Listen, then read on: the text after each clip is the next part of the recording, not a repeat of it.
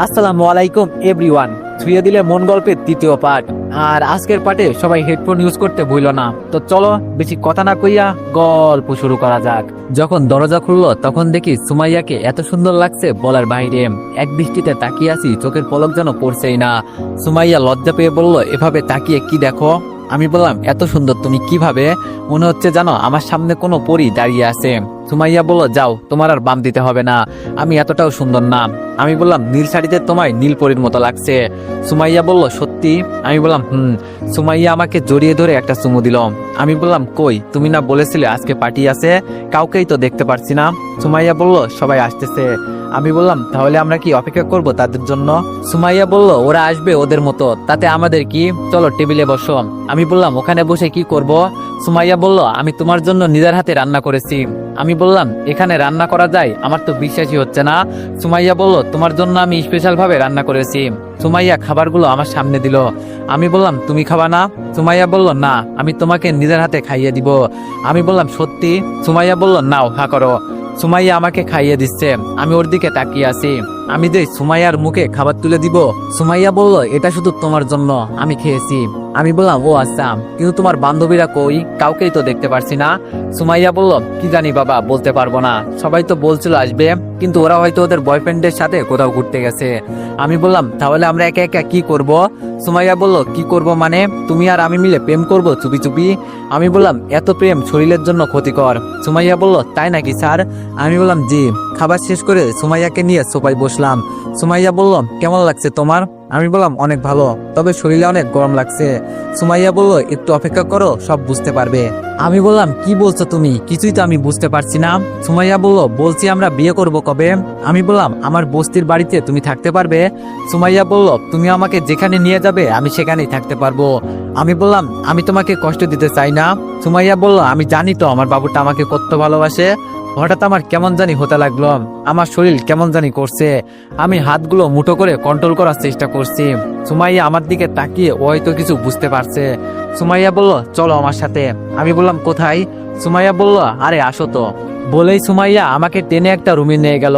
রুমের ভিতরে যেতেই সুমাইয়া রুমটাকে তালা দিয়ে লাগিয়ে দিল। আমি বুঝতে পারছি না সুমাইয়া আমার সাথে কি করার চেষ্টা করছে। আমি বললাম, রুমটা তালা দিলে কেন? সুমাইয়া বলল, সব প্রশ্নের উত্তর পেয়ে যাবে। কি রে, তোরা কই? বলার সাথে সাথে সুমাইয়া চার বান্ধবী ওয়াশরুম থেকে টাওয়াল পিছিয়ে বের হলো। আমি বললাম, তুমি না বলছো ওরা ওদের বয়ফ্রেন্ডের সাথে ঘুরতে গেছে, আসলে তুমি আমার সাথে কি করতে চাও আর খাবারের সাথে কি মিশাইলা? সুমাইয়া বলল, আমি তোর মতো গরিবের সাথে প্রেম করব তোর মনে হয় কি করে? আমি বললাম, মানে কি বলছো? তাহলে এতদিন আমার সাথে কি ছিল তোমার? সুমাইয়া বলল, সব নাটক ছিল তোরে ব্যবহার করার জন্য। তোর সাথে প্রেমের উদ্দেশ্য একটাই, তোরে দিয়ে আমার পাঁচ বান্ধবী আমাদের যৌন চাহিদা মিটাবো। আর তোর খাবারের সাথে পিল মিশানো হয়েছে যাতে তুই ডাবল শক্তি পাস। এমনিতেই তো তুই আমার পাঁচ বান্ধবীদের সাথে পারবি না। আমি বললাম, হট, এসব কি বলো তুমি? তোমার কি মাথা খারাপ হয়ে গেছে? সিসি, তুমি যে এতটা নিস আমি চিন্তাও করতে পারি নাই। সুমাইয়া বললাম, তোর চিন্তা করতে হবে না, এখন কাপড় খুলবি নাকি জোর করতে হবে? আমি বললাম, দেখ, যা হবার তা তো হয়েই গেছে, এটা আমি তোমাদের সাথে করতে পারবো না। আমার উপর আরেকজনের হক আছে, আমার বউকে কি জবাব দিব বিয়ের পর? সুমাইয়া একটা হাসি দিয়ে বললাম, তোর টাকা পয়সা দিয়ে লালন পালন করলাম, আর হকের কথা বলছিস? দেখ, তোদের লেকচার শুনতে পারবো না, এখন বল ওকে রেডি হতে। ইস, ইনটেক একটা মাল, আগে আমি যাব। সুমাইয়া বলল, বললেই হলো, এত কষ্ট করে পটাইছি আমি, আর তুই আগে যাবি? শখ কত? সুমাইয়ার এক বান্ধবী বলল, টাকাগুলো কিন্তু আমি বেশি দিছি। সুমাইয়া বলল, সময় আমি বেশি দিয়ে প্রেম করছি। ওদের কথা শুনে চোখ দিয়ে পানি পড়ছে। আজকে কোথায় আটকে পড়লাম? আমি জানতাম, আমার মন বলছিল আমার বড় কোনো বিপদ হবে, কিন্তু তাও আসলাম। সুমাইয়া বলল, এত চিন্তা করে কি হবে? আর কান্না করলেও হবে না, এখান থেকে পালাতে পারবি না। আর কাপড় খুলবি নাকি আমার আসতে হবে? আমি বললাম, দেখ সুমাইয়া, শেষবারের মতো তোমার কাছে একটা জিনিস চাইবো, এইটাই শেষ ভালোবাসার আবদার। জানি তুমি আমাকে ভালোবাসো নাই, কিন্তু আমি তো ভালোবেসেছি। সুমাইয়া বলল, আচ্ছা বল তাড়াতাড়ি, আমরা আর অপেক্ষা করতে পারবো না। আমি বললাম, আমার জীবনটা তোমাদের কাছে হাত পেতে চাইছি, দিয়ে দাও, একজন ভিক্ষুকের মতো প্লিজ, তোমরা আমার বোনের মতো। দেখ, আমাদের মনে এত দয়া নেই, দাঁড়া, মুখ দিয়ে কথা বলে লাভ নেই। বলেই আমার কাছে এসে কাপড়গুলো আস্তে আস্তে খুলতে লাগলো। আর আমার চোখ দিয়ে টপ টপ করে পানি পড়ছে। কোথায় ফেসে গেলাম নিজের দোষে? ওরা আমাকে নিজেদের মতো ব্যবহার করলো। উপরের দিকে তাকিয়ে হাসতেছি। আমি কি কোনো পুরুষ? ছি ছি, আজকে নিজের উপর ঘৃণা হচ্ছে। এখন কান্না করে কি হবে? একটা রুমের ভিতরে 5টা মেয়ে মিলে আমাকে ধর্ষণ করেছে। এর বিচার আমি কার কাছে দিব? কেউ বিশ্বাস করবে না। এখন আমি বুঝতে পারছি একটা মেয়েকে যখন ধর্ষণ করা হয় তখন সে কতটা কষ্ট পায়। আমার মুখ দিয়ে কোনো কথা বের হচ্ছে না। চোখগুলো খোলা রাখার চেষ্টা করছি কিন্তু পারছি না, শুধু কানে শুনতে পারছি ওরা বলা বলি করছে। কি জিনিস পছন্দ করলি বান্ধবী? শালা তো করে একটা মাল। সুমাইয়া বলল, এত সহজে তো আর পটাইতে পারি নাই, অনেক কষ্ট করছি শালার জন্য। আমাদের 1 মাসের তৃপ্তি মিটে গেছে, এই 1 মাসে আর কাউকে লাগবে না। সুমাইয়া বলল, এইটা পটাইলাম আমি, পরে পটাবি তুই। আমি তো পারি না, তুই তো জানিসই। সুমাইয়া বললাম, জিনিস আনবো আমি আর খাবি তোরা, পরে আর তা হবে না।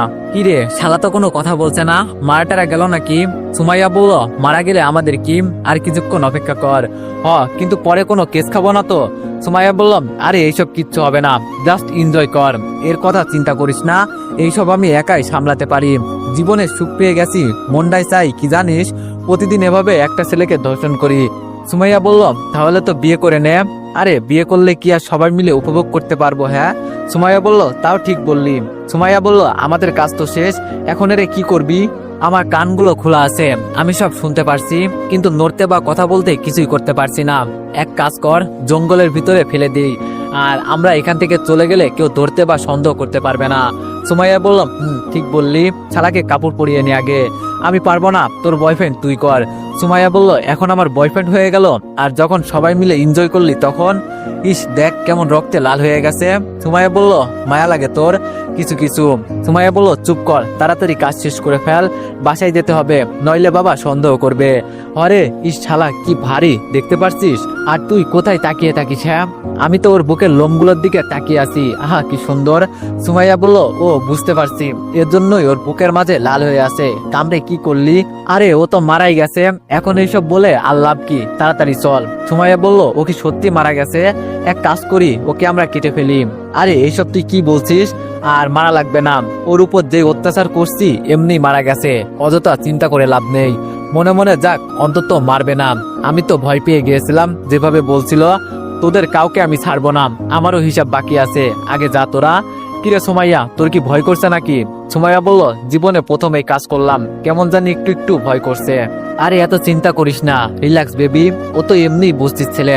আর বিষয়টা যদি উপরে ওঠে, থানার ওসিকে কিছু টাকা দিয়ে বিষয়টাকে ঢাকা দিয়ে দিব। সুমাইয়া বলল, গুড একটা বুদ্ধি করলি তো। অনেকটা গভীরে চলে আসছি, ফেলে দে এখানে। ওর ফোনটা কি করব? সুমাইয়া বলল, ও ভালো একটা কাজ করলি, ফোনটা আনতে আমি ভুলেই গিয়েছিলাম, ওটার জন্য পরে আমাদের বিপদ হতো। ওর সাথে রেখে দে ফোনটা। আমার উপরে ফেলে দিল। আমার না কেমন জানি একটা মায়া হচ্ছে। আচ্ছা সুমাইয়া, তোর তো বয়ফ্রেন্ড ছিল, তুই কি সত্যি ওকে ভালোবেসে ফেলিস নাই তো? সুমাইয়া বলল, আমারও কেমন কেমন জানি লাগছে, ওর জন্য হালকা মায়া হচ্ছে। কি বলছিস? ছেলেটার জন্য সবারই মায়া লাগছে? তবে বলতে হবে ছেলেটার শরীরে জাদু আছে। সুমাইয়া বলল, হরে ছালা একটা জিনিস আগে জানতাম না, জানলে কি করতি? সুমাইয়া বলল, প্রতি মাসে ওকে আমি একা ব্যবহার করতাম, আর আমরা দেখি তুই বেঈমান হলি। সুমাইয়া বললাম, আচ্ছা এসব বাদ দে, এখন চল, তাড়াতাড়ি বাসায় যেতে হবে। আরে এভাবে যাওয়া যাবে না, চল সবাই মিলে গোসল করে পবিত্র হয়ে যাই। সুমাইয়া বললাম, ঠিকই বললি, চল। ওরা সবাই চলে গেল, আমার কথা বলার পর্যন্ত শক্তিটুকু নাই। কিভাবে একটা ফোন করব বুঝতে পারছি না। যে করি হোক, আমাকে বাঁচতে হবে, আমার বোনের জন্য হলেও। এভাবে কিছুক্ষণ থাকলে আমি মারা যেতে পারি রক্ত শূন্যতায়। অনেক কষ্ট করে ফোনটা হাতে নিলাম, মনে হচ্ছে যেন জীবন শেষ হয়ে যাচ্ছে, এত পরিমাণে কষ্ট হচ্ছে। তুবার নম্বরে কল দিলাম, ঢুকতেই দেখি ধরে ফেললো। তুবা বলল, রিফাত তুই নাকি? আমি বললাম, তুবা আমাকে একটু হেল্প কর, আমি আর পারতেছি না। তুবা বলল, কি হয়েছে তোর, আর এভাবে কথা বলছিস কেন? আমি বললাম, কথা বলার শক্তি নাই রে, আমি খুব কষ্ট করে কথা বলছি, ফোনের লোকেশন দিচ্ছি, তোর কোনো বান্ধবীকে নিয়ে আয়। আর পারছি না, ফোনটা কেটে দিলাম, ফোনের লোকেশনটা দিয়ে দিলাম। আর যতটা সময় যাচ্ছে মনে হচ্ছে যেন দেহ থেকে প্রাণটা বের হয়ে যাবে।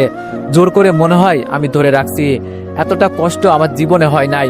প্রায় অনেকক্ষণ পর 3টা লাইট দেখতে পারছি। তুবা রিফাত বলে ডাকছে, কিন্তু আমি যে বলবো আমি এখানে, এই কথাটুকু বলার শরীরের শক্তিটুকু আমার নাই। ওরা আমার কাছাকাছি আসতেই একটা মেয়ে বলে, তুবা দেখতো সামনে কি জানি দেখা যায়। তুবা বলল, কই? মেয়েটি বলল, ওই তো। তুবা বলল, আরে এটাই তো রিফাত, আমার কাছে এসে। রক্তে পুরো শরীর ভিজে গেছে, তাড়াতাড়ি ধর। তুবা বলল, ফোনটা নে। কিন্তু ওর এই অবস্থা হলো কি করে? আরে এসব পরে চিন্তা করবি, আগে ওকে বাঁচাই, তাড়াতাড়ি গাড়ির কাছে চল। আমি এই পর্যন্ত শুনতে পারলাম, আস্তে আস্তে আমি অজ্ঞান হয়ে পড়লাম, আর কিছুই মনে নেই আমার। যখন আমার জ্ঞান ফিরল তখন দেখি আমার চারপাশে অন্ধকার, বুঝতে পারছি আমি হাসপাতালে আছি। ফোনটা হাতে নিয়ে দেখি রাত 3টা বাজে, অনেক রাত হয়েছে, এজন্য হয়তো ওরা আমাকে হাসপাতালে রেখে গেছে। নিজের আপন মানুষ না থাকলে কেউই পাশে থাকে না। আগে ছিলাম কি আর আজকে আমি কই এসে দাঁড়িয়েছি, হায় রে কপাল। আমি তো ভালো থাকতে চেয়েছিলাম, কিন্তু ওরা আমাকে ভালো হতে দিল না। কাউকে ছাড়বো না, আমি এক এক করে সবাইকে দেখে নিব। আগে আমার বোনকে দেশের বাইরে পাঠাতে হবে, এইসব খারাপ কাজ বোনের সামনে তো আর করা যাবে না। সকাল 8টা বাজে ডাক্তার এসে আমার একটা রিপোর্ট দিয়ে গেল। এখন আপনার শরীরের কি অবস্থা? আমি বললাম জি আলহামদুলিল্লাহ ভালো। হাঁটতে পারবেন এখন? আমি বললাম চেষ্টা করতে হবে, বিকালে যেতে পারবেন, আমার মনে হয় সমস্যা হবে না। আমি বললাম ধন্যবাদ ডাক্তার। একটু পর দেখি তুবা চলে আসলো। তুবা বলল কিরে এখন কেমন লাগছে তোর? আমি বললাম এই তো অনেকটা ভালো। তুবা বলল তুই জানিস আমি কত ভয় পেয়ে গেছি, তোর পুরো প্যান্ট রক্তে ভিজে গেছে, দেখেই আমি অনেক ভয় পেয়ে গেছি। ভাগ্য ভালো ছিল তখন আমার সাথে আমার বান্ধবীদের নিয়ে গেছি, নইলে তোরে আনতে গিয়ে আমি অজ্ঞান হয়ে যেতাম। আমি বললাম রক্ত দেখে ভয় পাইস বুঝি? তুবা বলল অনেক। আমি বললাম মিলির কি খবর রে? তুবা বলল সারা রাত আমাকে ঘুমাতে দেয়নি, একটু পর পর উঠে বলে আমার ভাই কই, আমার ভাইয়া ভালো আছে তো? আমি বললাম স্কুলে দিয়ে আইসস নাকি? তুবা বলল অনেক কষ্ট করে বুঝিয়ে দিয়ে আইছি, বলছি বিকালে তোমার ভাইয়া বাসায় থাকবে, দেখিও পরে গেছে। আমি বললাম তুই যদি না থাকতি আমি মনে হয় আজকে আর বেঁচে ফিরতাম না। তুবা বলল আচ্ছা তোর এই অবস্থা হলো কি করে? আমি একটা হাসি দিয়ে বললাম আমরা তো গরিব মানুষ, বড় লোকেরা শুধু আমাদের ব্যবহার করে, রাস্তায় ফেলে দেয়। তুবা বলল বুঝলাম না, বুঝিয়ে বল। আমি বললাম এইসব শুনে তোর লাভ আছে কি? তুবা বলল এত কষ্ট করলাম তোর জন্য, আর তোর কি হয়েছে আমি জানতে পারি না? আমি বললাম তাহলে শোন। সব বলার পর তুবা চোখ বড় বড় করে তাকিয়ে আছে আমার দিকে। আমি বললাম কি রে এভাবে তাকিয়ে কি দেখিস? তুবা বলল মিথ্যা বলিস না, সত্যি করে বল তোর কি হয়েছে। আমি বললাম এজন্যই তো বলছি তুই বিশ্বাস করবি না, সত্যি বলছি রে, বিশ্বাস কর আমাকে। তুবা বলল তোর গার্লফ্রেন্ড তোর সাথে এমন করলো কেন? আমি বললাম আমি কি বলবো, শালিরে তো আমি ছাড়বো না, আমাকে আগে সুস্থ হতে দে। তুবা বলল মেয়েরা যে এত নিচে নামতে পারে আমার তা জানা ছিল না। আমি বললাম আমার গার্লফ্রেন্ড যে আমার সাথে এমন করবে আমার বিশ্বাসই হচ্ছিল না। তুবা বলল এখন কি করতে চাস তুই? আমি বললাম আমাকে একটা হেল্প করতে পারবি? তুবা বলল বল। আমি বললাম বিদেশে তোর কোনো আত্মীয় কেউ থাকে? তুবা বলল হ্যাঁ আমার চাচাতো ভাইয়েরা পুরো পরিবার থাকে। আমি বললাম আমি আমার বোনকে দেশের বাইরে রাখতে চাই, বিদেশে পড়াশোনা করাবো, আর যত টাকা লাগে সব আমি দিব। তুবা বলল কি বলিস, এত ছোট্ট একটা মেয়েকে এখনই বিদেশে পাঠিয়ে দিতে চাস? আমি বললাম কারণ আমি আমার বোনকে বিপদে ফেলতে চাই না। তুই সব রেডি করতে পারবি? তুবা বলল পারবো, কিন্তু তোর বোন রাজি হবে? আমি বললাম হবে, সেটা নিয়ে তোর চিন্তা করতে হবে না। তুবা বলল টাকা লাগবে তো অনেক। আমি বললাম এখন তুই কিছু টাকা দিয়ে পাঠিয়ে দে, মিলি চলে যাওয়ার পর সব টাকা আমি তোরে দিয়ে দিব। তুবা বলল আচ্ছা সেটা নিয়ে তোর চিন্তা করতে হবে না, আমি সব রেডি করছি। আমি বললাম কালকের ভিতরেই সব রেডি করতে হবে। তুবা বলল কিন্তু এত তাড়াতাড়ি কেন? আমি বললাম আমার মিশন শুরু হবে 2 দিন পর, তাই ওকে আমি আর দেশে রাখতে চাই না। তুবা বলল কিসের মিশন? আমি বললাম তুই পারবি তো বল প্লিজ, শেষ একটা উপকার। তুবা বলল হয়ে যাবে, সমস্যা নেই। আমি বললাম ধন্যবাদ বন্ধু। তুবা বলল খাবি না? আমি বললাম পরে, দাঁড়া একজনকে কল দিই। মিতুকে কল দিলাম। মিতু বলল কে বলছেন? আমি বললাম সেই দিন যে রাস্তায় তোমার সাথে কথা হলো মনে নেই? মিতু বলল ও আপনি? আমি বললাম এখন কোথায় আছেন? মিতু বলল এই তো ভাইয়ের বাড়িতে। আমি বললাম এই হাসপাতালে চলে আসেন, আপনার সাথে কিছু কথা আছে। মিতু বলল কিন্তু হাসপাতালে কেন ভাইয়া? আমি বললাম আমি হাসপাতালে ভর্তি আছি, তুমি আসো। মিতু বলল জি আসছি। তুবা বলল কাকে ফোন করলি? আমি বললাম সেই দিন এই মেয়ের জন্য আমাকে থানায় নিয়ে মারা হয়েছিল ধর্ষণের অপরাধে। তুবা বলল কি? আমি বললাম হরে, আমার সাথে কি কি হয়েছে যদি তুই জানতি তুই নিজেই প্রতিশোধ নিতি। তুবা বলল এখন তুই আসলে কি করতে চাস? আমি বললাম বুঝতে পারবি। আচ্ছা খালি কোনো বাংলো পাওয়া যাবে? তুবা বলল আরে আমার চাচার বাসায় তো তালা লাগানো, কেউ থাকে না। আমি বললাম তাহলে তো হয়েই গেল, চাবিটা তোর কাছে আছে না? তুবা বলল আম্মুর কাছ থেকে নিতে হবে। আমি বললাম তাহলে নিবি, বন্ধুর জন্য এটা করতে পারবি না? তুবা বলল বন্ধুত্বের দোহাই দিয়ে আর কি করাতে চাস আমায় দিয়ে? আমি বললাম খুব কষ্ট দিয়ে ফেলছি মনে হয় তোরে। তুবা বলল আমি সেটা বলি নাই, কিন্তু তুই করতে চাসটা কি সেটা তো বলবি। আমি বললাম বলবো, মেয়েটা আগে আসুক। দেখতে দেখতে মিতু চলে আসলো। মিতু বলল ভাইয়া এই অবস্থা হলো কি করে তোমার? আমি বললাম আমার কথা বাদ দাও, এখন যেই জন্য তোমার এখানে নিয়ে আসলাম। মিতু বলল জি ভাইয়া বলেন। আমি বললাম রনিকে আমি মারবো, তবে বিনিময়ে তোমাকে আমার সাথে কাজ করতে হবে। মিতু বলল রনিকে সত্যি মারতে পারবেন আপনি? আমি বললাম অবশ্যই, তবে তোমাকে আমার সাথে থাকতে হবে। মিতু বলল, আমি সব করতে রাজি আছি, শালাকে আমি জীবিত দেখতে চাই না। ওর জন্য আজকে না জানি কত মেয়ে নষ্ট হয়েছে। আচ্ছা, আমার কাজটা কি? আমি বললাম, মানুষ খুন করা। তুবা আর মিতু চোখ বড় বড় করে আমার দিকে তাকিয়ে আছে। আমি বললাম, যা শুনতো তাই। আমার মাকে ওরা খুন করেছে, আমাকে ওরা খুন করেছে, বিনা অপরাধে আমাকে ওরা রুমের ভিতর ছাড়বো না, আমি কাউকে ছাড়বো না। চাইছিলাম সুন্দর করে বেঁচে থাকতে, দেশে সাদাসিধা মানুষে আমি বাঁচতে চাইছিলাম, কিন্তু ওরা আমাকে বাঁচতে দিল না। এখন আমার ভিতরে যে বেঁচে আছে সে রিফাত না, রিফাত নামে শুধু দেহটা বেঁচে আছে, প্রাণটা ওরা নিয়ে নিছে বলেই কান্না করতে লাগলাম। মিতু বলল, আমি জানি না আপনার সাথে কি হয়েছে, তবে এটা বলতে পারি যা হয়েছে আপনার সাথে হয়তো খারাপ কিছু, নইলে এভাবে কেউ কান্না করে না। আর আমার জন্য আপনিও মার খাইছেন, আমি সবসময় আপনার সাথে আছি, আপনাকে আমার পাশে পাবেন, আর দরকার হলে মানুষ খুন করতেও রাজি আছি। তুবা বলল, এই তোর মাথা খারাপ হয়ে গেছে, কি সব কথা বলছিস? আমি বললাম, হ্যাঁ আমার মাথা খারাপ হয়ে গেছে, আর তোর চিন্তা করতে হবে না, এগুলোর মাঝে আর কাউকে জড়িত করব না, যা করব শুধু আমি আর মিতু। তুই শুধু আমার বোনকে দেশের বাইরে পাঠানোর ব্যবস্থা করে দে। তুবা বলল, আমি মিলির সাথে তোরও ভিসা করে দিই, তুইও দেশের বাইরে চলে যা, তাহলে আর এইসব চিন্তা করতে হবে না। আমি বললাম, বাবা ভালো একটা কথা বললি, মানলাম, আমি চলে গেলাম। আমার মতো যে আরেকদিন আরেকটা ছেলে ওরা মেরে ফেলবে তখন কি হবে? আর কোনোদিন যদি তুই রনির নজরে পড়িস তাহলে তোর যে তুলে নিবে না, এটার বিশ্বাস হয় কি করে? তুবা বলল, এইসব তোর চিন্তা করতে হবে না, মাথা থেকে ঝেড়ে ফেলে দে, আর বিদেশে গিয়ে ভালো করে পড়াশোনা কর। আমি বললাম, আমাকে তো মেরে ফেলা হয়েছে, এখনের রিফাত আর আগের রিফাতের মাঝে অনেক পার্থক্য, তোর এইসব চিন্তা করতে হবে না, আর আমার সাথে তোর থাকতে হবে না, আমি সব একাই সামলে নিতে পারবো। মিতু বলল, ভাইয়া আমি রাজি, এখন বলেন কোন দিন থেকে কাজ শুরু করবেন? তুবা বলল, মরবি তো, সাথে আমাকে মারতে চাস? রেন দেউ তো কি আর করার, যা আমিও তোদের সাথে আসি। আমি বললাম, না তুই পড়াশোনা কর, আমাদের সাথে তোর কাজ করতে হবে না। তুবা বলল, বলছি তো আমি তোর সাথে আসি, তুই তো আমার ফ্রেন্ড, তোরে তো আর মাঝ রাস্তায় ফেলে যেতে পারি না, আর আমাকে নিয়ে তোর চিন্তা করতে হবে না। আমি বললাম, মিতু যত দরকারি জিনিস আছে সব কিনে ফেলো, কালকে আমার বোনকে বাইরে পাঠিয়ে দিয়ে কাজে লেগে পড়বো। মিতু বলল, আচ্ছা সব হয়ে যাবে। আমি বললাম, একসাথে যেহেতু কাজ করব তুই করে বলতে পারিস, আর আজ থেকে আমরা 3 জন ফ্রেন্ড, রাজি তো তোরা? তুবা বলল, আমি আসি। মিতু বলল, আমিও আসি। আমি বললাম, কাউকে ছাড়বো না। বিকালে তুবার সাহায্যে বাসায় গেলাম, তবে আস্তে আস্তে হাঁটতে পারি। মিলি এসে আমাকে জড়িয়ে ধরে সে কি কান্না।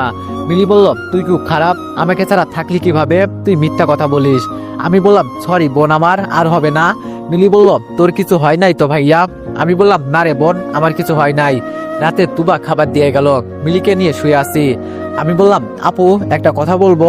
মিলি বলল, কি ব্যাপার, এত মিষ্টি করে কথা বলছিস কেন? কোনো মতলব আছে নাকি? আমি বললাম, আরে না। মিলি বলল, আচ্ছা বল কি বলবি। আমি বললাম, আচ্ছা তুই আমাকে ভালোবাসিস না? মিলি বলল, অনেক ভালোবাসি আমি তো, আম্মুর সাথে প্রতিদিন কথা বলি, কিন্তু আম্মু তো বলে না।